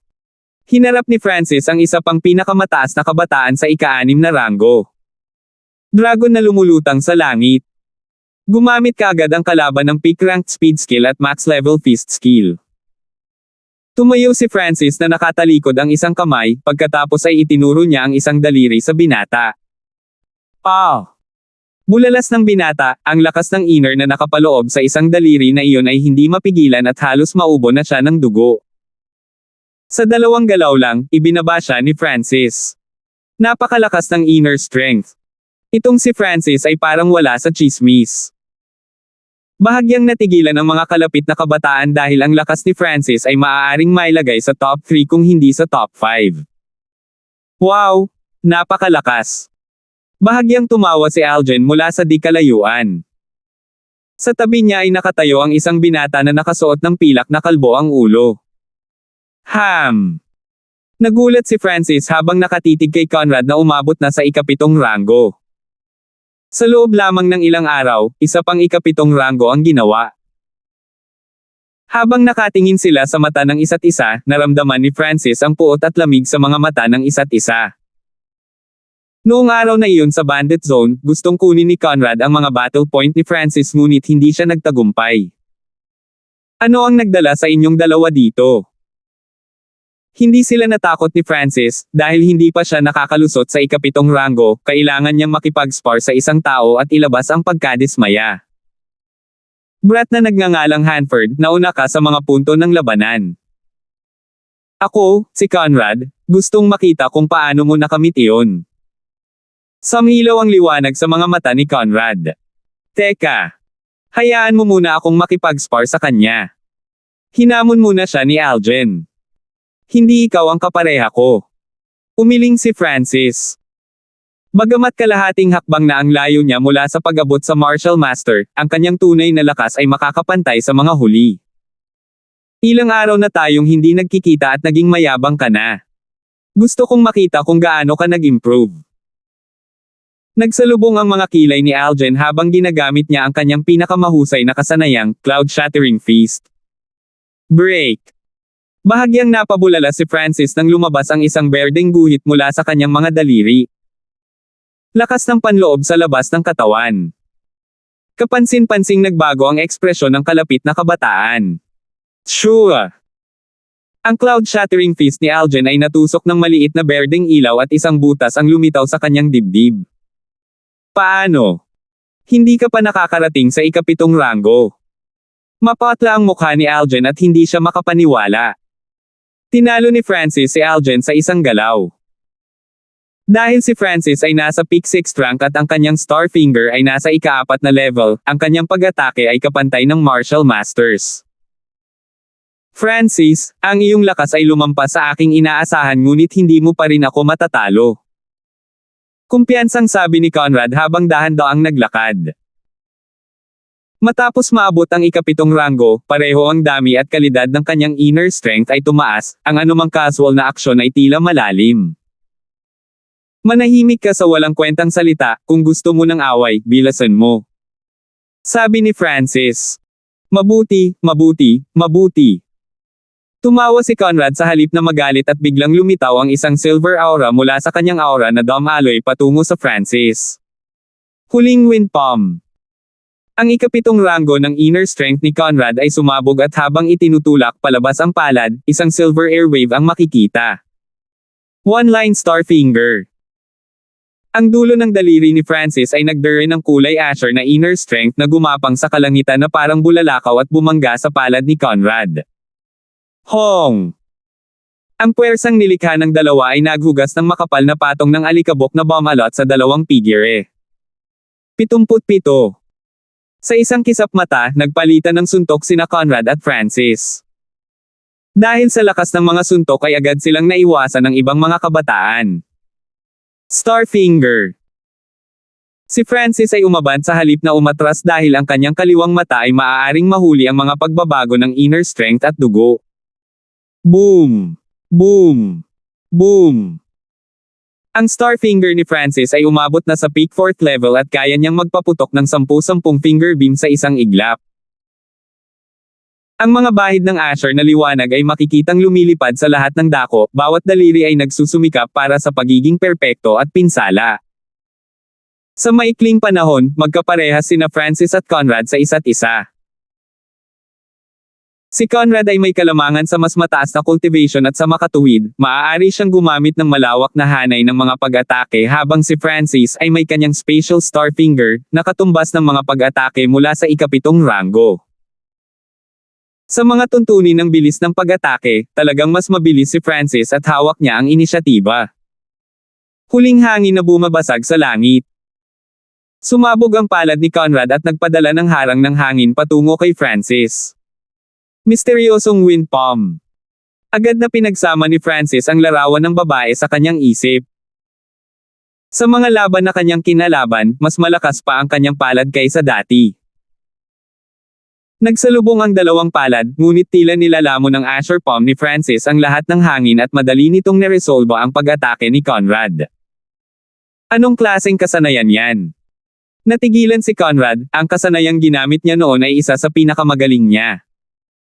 Umaagos na tindig ng hangin. Biglang naging maliksi ang katawan ni Francis at para siyang sumasayaw sa hangin, minsan, umaatake siya gamit ang Mysterious Wind Palm at minsan gamit ang Starfinger. Doom! Pew! Bang! Ang dalawang figure ay nagpadala ng mga alon ng hangin na bumagsak sa lahat ng dako. 10 galaw, 20 galaw, 30 galaw. Ang inner strength at skills ni Francis ay naging mas nahasa. Ang pagharap sa isang martial master ay nagpasiklab sa potensyal na Francis. Walang kamalay-malay, ang kanyang Starfinger ay ganap na nakonsolidated sa tuktok ng ika-4 na antas at ang kanyang metal wall technique ay sumara na rin sa mga huling yugto ng ika-5 antas. Ito ay nagbigay daan sa kanya upang labanan ang isang martial master ng direkta at hindi matalo. Matapos ang 100 o higit pang mga galaw, ang dalawa ay kapwa nakaramdam ng bahagyang pag-ubo. Naramdaman ni Francis na naging dalisay ang kanyang inner strength at nagkaroon ng magulong pakiramdam dito. Naramdaman ni Francis na ang kanyang cultivation ay lumayo pa at dahan-dahan niyang sinimulan ang paglusot sa huling hadlang. Dito titigil ang sparring ngayon. Agad na umalis si Francis figure sa battle circle at bumalik siya sa kanyang kahoy na kwarto. Si Conrad ay hindi na makayanin at medyo nakaramdam din siya ng pagod. Napagtanto niya na ito ay dahil ang kanyang paglilinang ay hindi naging matatag. Sa isang kahoy na bahay sa malayo, nakatayo doon si Henry na nanunood. Kapatid na Feng, ano ang palagay mo tungkol sa labanan? Tanong ng isang kabataan. Kaka-rating lang ni Conrad sa ika-7 ranggo at wala siyang silbi. Para kay Francis, baka ma-threaten niya ako kapag naabot niya ang ika-7 ranggo. Kalmado ang ekspresyon ni Henry. Sa sandaling ito, ang aura na nagmumula sa kanya ay tila malapit sa tuktok na ika-7 ranggo. Halatang nag-improve na siya simula nung mission. Sa loob ng silid na gawa sa kahoy. Naka-cross-legged si Francis at sinimulan niyang iikot ang kanyang inner strength. Sa pamamagitan ng labanan, ang kanyang potensyal ay nag-alab. Sa sandaling ito, naramdaman pa niya ang kanyang inner strength na umuungal ng malakas habang naglalakbay ito sa kanyang katawan. Parehong ang kalidad at dami nito ay mabilis na tumataas. Noong gabing iyon, sinubukan ng inner strength ni Francis na lumabas sa kanyang katawan at sa wakas ay nagawa niyang i-condense ito. Dahil naranasan niyang paalisan ang kanyang inner strength sa kanyang katawan dahil sa Starfinger, matagumpay siyang nakalusot. Nagtrabaho ito. Huminga ng malalim si Francis at ibinukan niya ang kanyang palad. Isang lunti ang kislap ng liwanag ang tumalon at bumalik sa loob ng kanyang katawan. Sa sandaling ito, kailangan lang niya ng isang pag-iisip upang ganap na sumabog ang kanyang inner strength at mapalipad ang mga martial artist. Noon lamang napagtanto ni Francis kung gaano kalakas ang ika-7 ranggo. Isang araw lang ang inabot ni Francis para ganap na makontrol ang kapangyarihan, kahit na lumampas kay Conrad. Kung ginamit niya ang kanyang Starfinger, ang kapangyarihan ay magiging mas mataas sa buong antas. Habang dumarami ang kanyang cultivation, ang kanyang metal wall technique ay umabot na rin sa peak 5th rank. Ang metal wall technique ay nahati sa 7 antas at ang ika-6 na antas ay maaaring bumuo ng isang hadlang gamit ang inner strength, na kahit na ang ika-7 at ika-8 ranggo ay mahirap masira. Ayon sa isinulat nito, kung ang isa ay umabot sa ikapitong antas, magiging perpekto ang kanilang katawan. Sa pag-iisip ngayon, naisip ni Francis na may mali dahil sa antas na iyon, lalampas ito sa limitasyon ng katawan ng tao maliban na lang kung may gap pa rin sa pagitan ng ika-6 at ikapitong antas.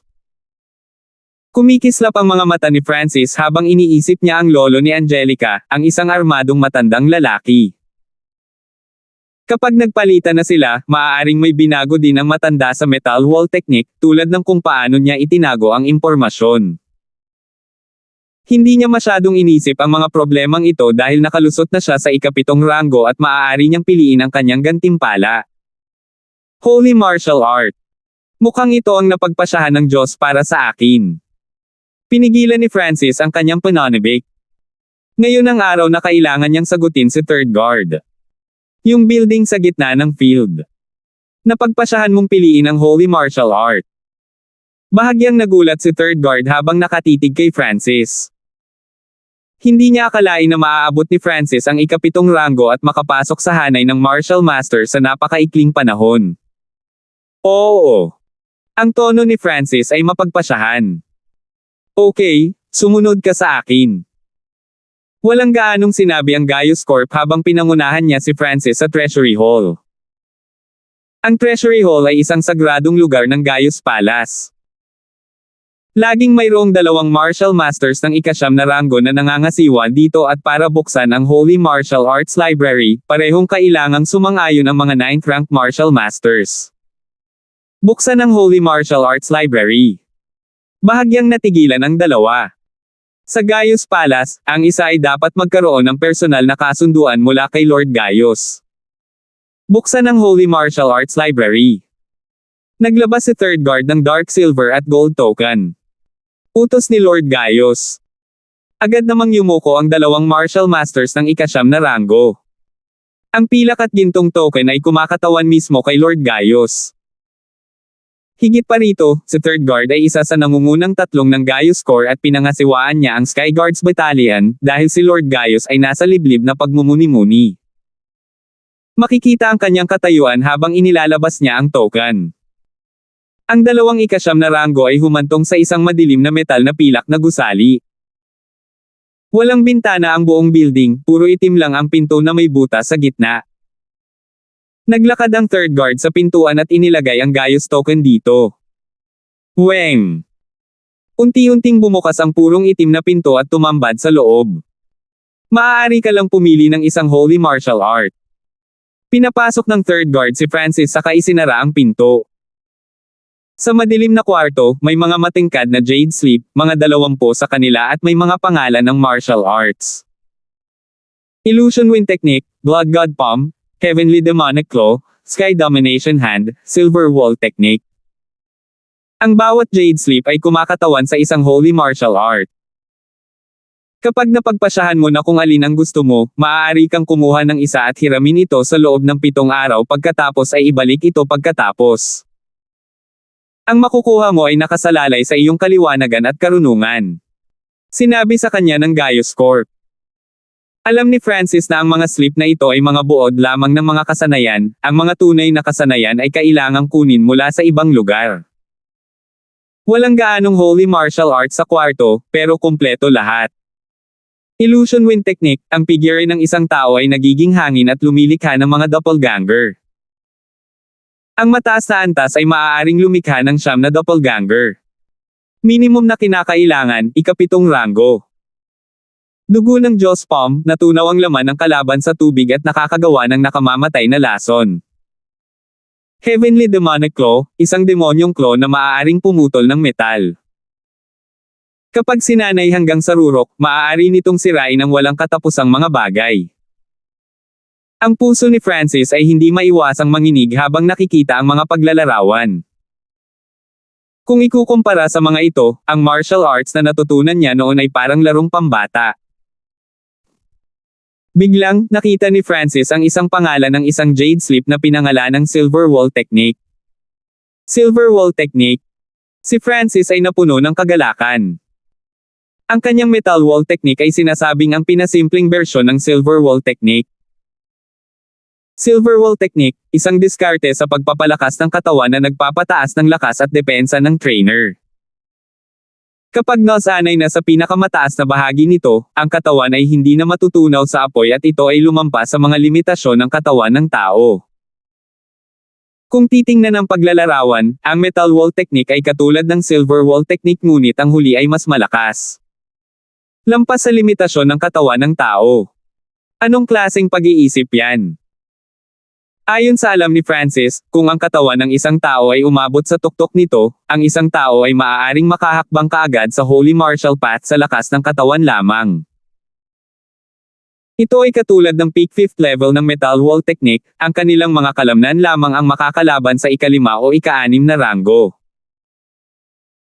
Parehong paraan ng Silver Wall Technique, maaaring gamitin ng isang tao ang kanilang mga kalamnan ng mag-isa at labanan ang mga cultivator ng Holy Martial Path. No wonder it's a holy tier body strengthening technique. Huminga ng malalim si Francis at bumalik sa ibang Jade Sleeps. 78. Inis ka ni Francis ang mga diskarte at nalaman niya na ang mga nakakasakit na kasanayan ang kumukuha ng karamihan. Mayroon lamang 2 diskarte sa pagpapalakas ng katawan kabilang ang Silver Wall Technique. Ang mga kasanayan sa nakakasakit at bilis ay hindi dapat madaling matutunan. Palihim na nag-isip si Francis.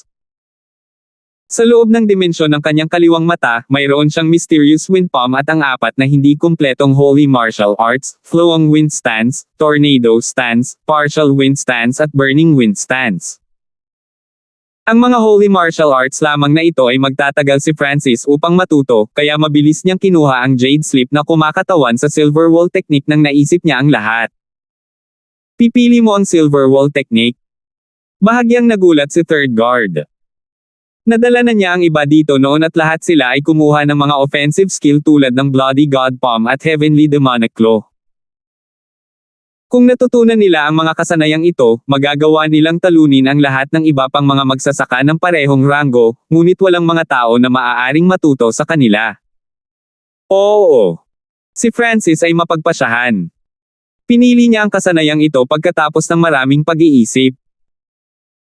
Madaling matutunan ang Holy Body Strengthening Technique, ngunit ang kahirapan ay tumataas ng malaki sa paglaon kumpara sa iba pang mga kasanayan. Ang Gaius Corp ay may malabong ngiti sa kanyang faker.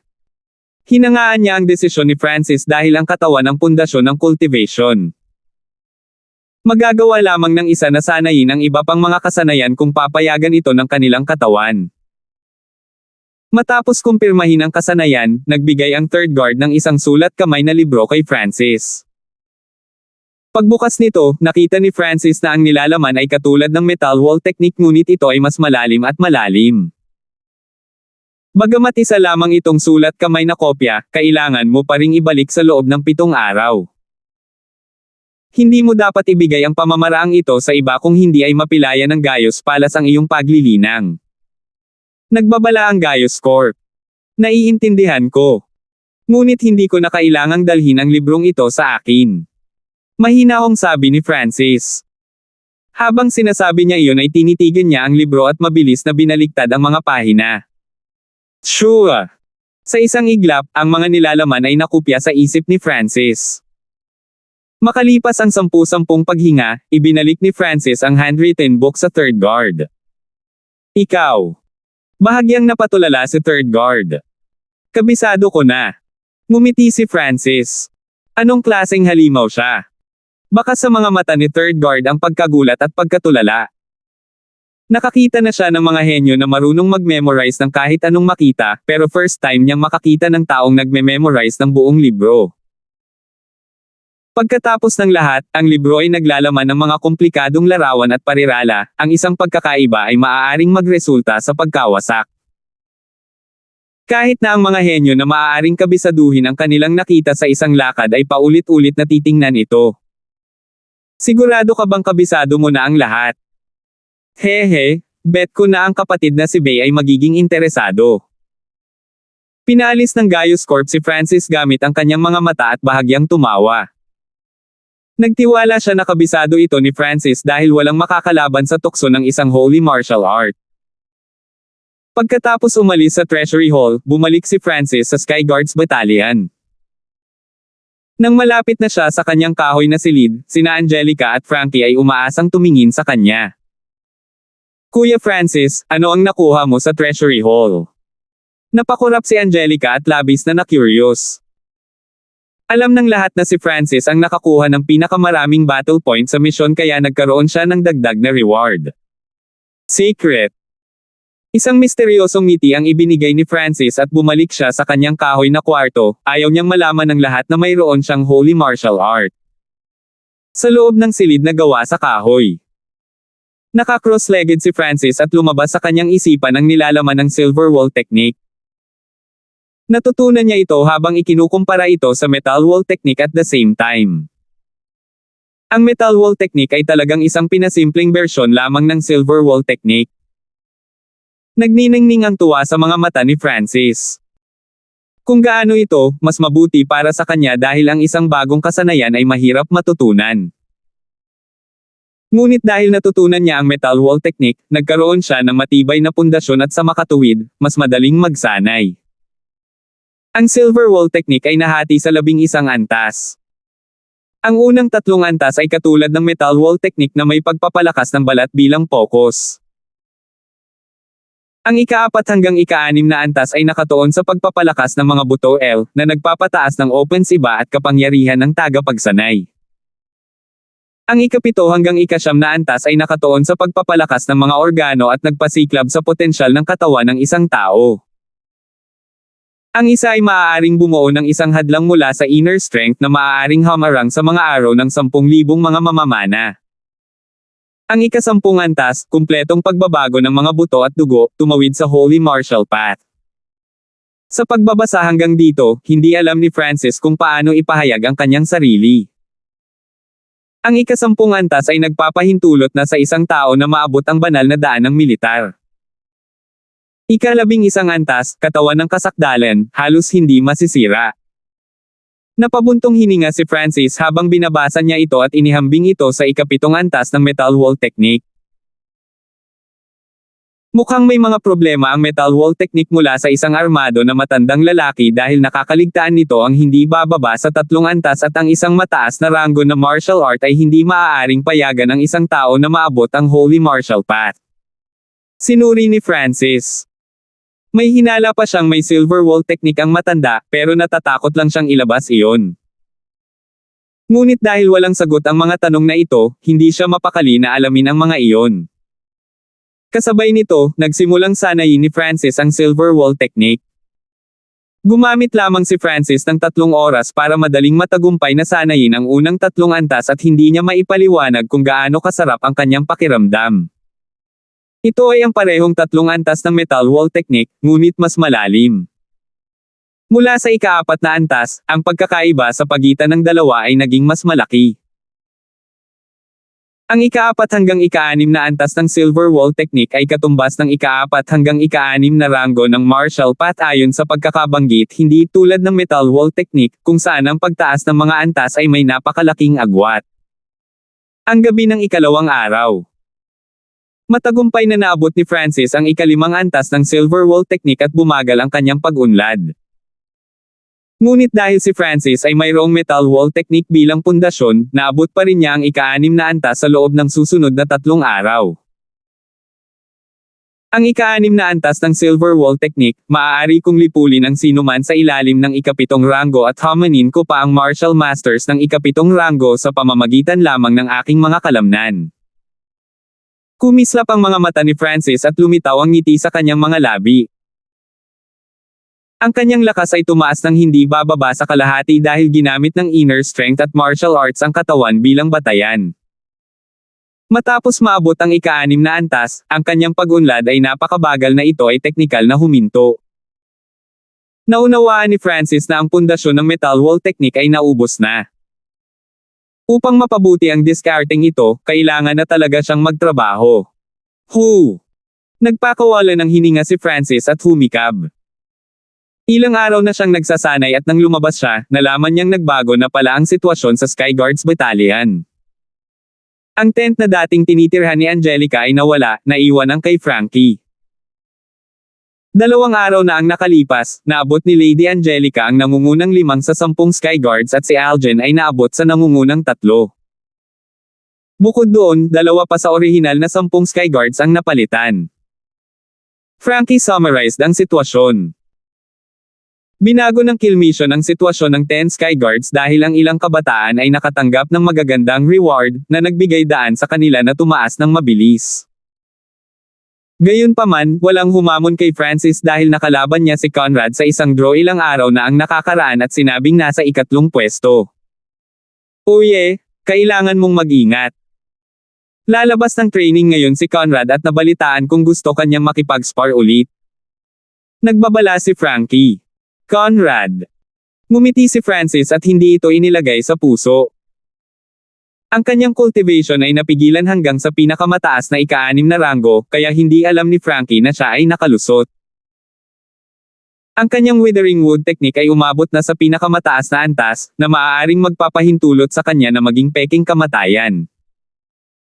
Hindi nagtagal, dumating si Francis sa ika-5 silid na gawa sa kahoy at nakipag-sparring kay Angelica. Gumawa si Angelica ng ilang malalaking pagpapabuti, pagsasanay sa 3 magkakaibang peak rank na martial arts, na nakakasakit, nagtatanggol at nagpapalakas ng katawan ayon sa pagkakabanggit. Natuto si Angelica ng mga kasanayan at nadagdagan sa cultivation ng mas mabilis kaysa sa iba. Pagkatapos ng misyon, nahasa niya ang kanyang mga kakayahan at ang kanyang potensyal ay nag-alab, na nagbigay daan sa kanya na maabot ang pinakamataas na ika-6 na ranggo. Habang nag-sparring ang 2, dumating sa pasukan ng Skyguards Battalion ang 2 kabataan mula 15 hanggang 16 na taong gulang. May mga bagong dating ba sa Skyguards Battalion? Ang ilan sa mga kabataan ay mausisa. Magkaiba ang 2, ang isa ay gwapo at madaling pakisamahan, habang ang isa naman ay walang ekspresyon. Lalabas si Master sa kalahating buwan, iniisip ko kung ilan sa Skyguards Battalion ang pipiliin niya.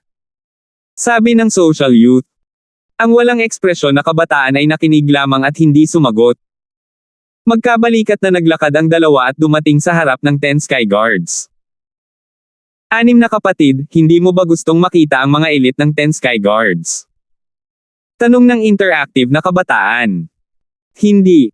Sabi ng walang ekspresyong kabataan. Masyado kang prangka. Isang magaan na ngiti ang lumitaw sa kanyang mukha habang siya ay bumantong hininga. Sino bang may lakas ng loob na maging mayabang dito? Nagkataon lang na lumabas si Conrad mula sa pangalawang silid at narinig niya ito. Zizi 7 ranggo, kaya. Mapaglarong sabi ng madaldal na kabataan. Titingnan ko kung ano ang nagpapayabang sa iyo. Ipinadala ni Conrad ang isang palad na may singsing na lakas ng panloob patungo sa 2 kabataan. Kung sila ay mga martial artist, ang hakbang na ito lamang ang magpapalipad sa kanila. Gayunpaman, hindi gumagalaw ang 2. F*** off. Natigilan ang walang ekspresyong kabataan habang naglabas siya ng isang kulay tansong lakas sa inner na pumutol sa atake ni Conrad. Boom! Pinalipad ang katawan ni Conrad at may crack, nawasak din ang kahoy na kwarto sa likuran niya. Salamat po at sinamahan ninyo ako, ingat lagi mga master.